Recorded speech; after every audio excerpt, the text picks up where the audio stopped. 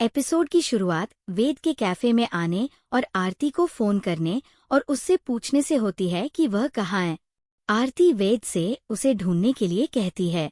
वेद आरती से पूछता है कि क्या वह उसे कोई सुराग देगी। आरती वेद से कहती है कि उसने उसकी पसंदीदा रंग की ड्रेस पहनी है। वेद सहमत हो जाता है।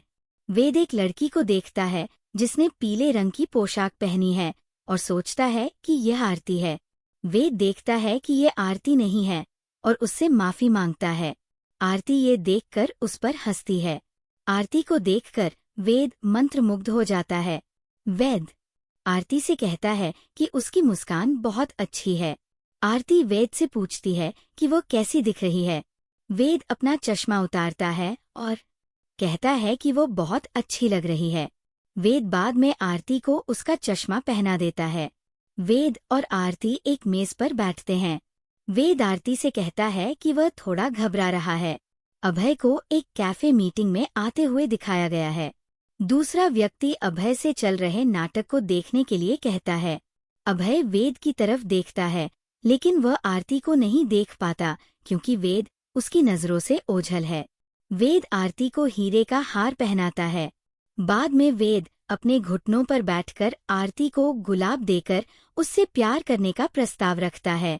आरती गुलाब लेती है और वेद से कहती है कि वह भी उससे प्यार करती है। वेद को उदय का फोन आता है। उदय वेद से पूछता है कि वह कहाँ है।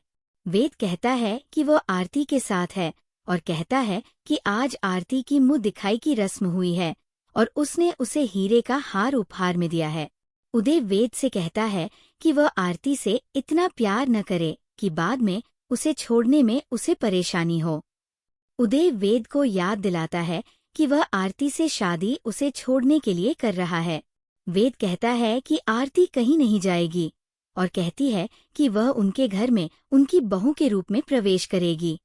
उदय कहता है कि वह आरती को अपने घर में प्रवेश नहीं करने देगा और इस पर टिप्पणी करता है। उदय फोन काट देता है। आरती आती है और वेद से पूछती है कि क्या सब ठीक है। वेद हाँ कहता है और आरती से अनुरोध करता है कि क्या वह उसे गले लगा सकता है। आरती मान जाती है।